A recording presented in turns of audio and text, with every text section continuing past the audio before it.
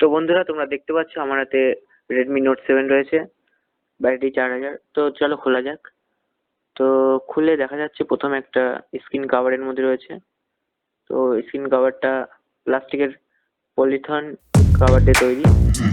তো তারপর আমাদের সামনে আছে Redmi Note 7। তো এর ক্যামেরা 48 মেগাপিক্সেলের আর 5 মেগাপিক্সেল আরেকটা ক্যামেরা। তো এর সঙ্গে আছে 10 ওয়াটের চার্জার, USB Type-C এর পট আছে, সেটা আমি দেখাচ্ছি।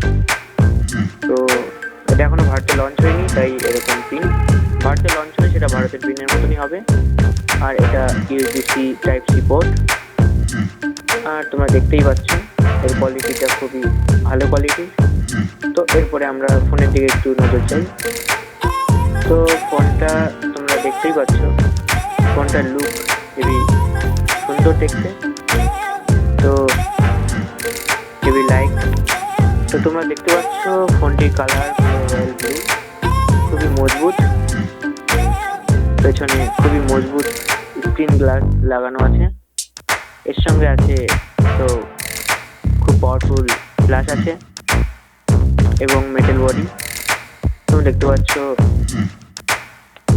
তো তোমরা দেখো এই ফোন কর্ড আর নিচে আছে USB Type-C কর্ড। তো এর সঙ্গে ফোনটা দেখতে খুবই গ্লসি লাইট লাগছে। তো দেখতে পাচ্ছ Redmi পাওয়ার্ড বাই Xiaomi লেখা। তো এর আগেকার ফোনগুলোই ছিল mi.com লেখা থাকতো, এবারটাই নতুন। তো ফোন রিবুট হয়ে গেছে। তো রিবুট হওয়ার পরে তোমরা দেখতে পাচ্ছ গ্লোবাল 10.0 আপডেটে এটা আপডেট হওয়া। তো এটা ইউ-শেপের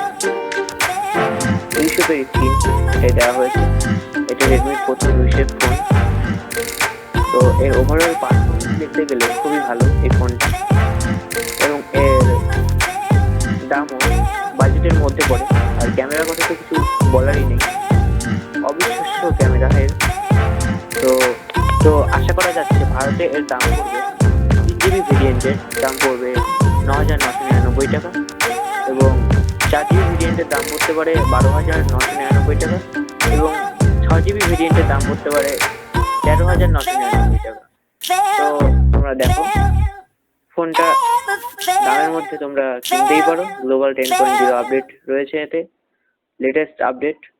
তো এরপরে Xiaomi নিশ্চয়ই পরের আপডেটটা দেবে, আর যেটা এর থেকেও দ্রুত হবে, খুবই ভালো হবে।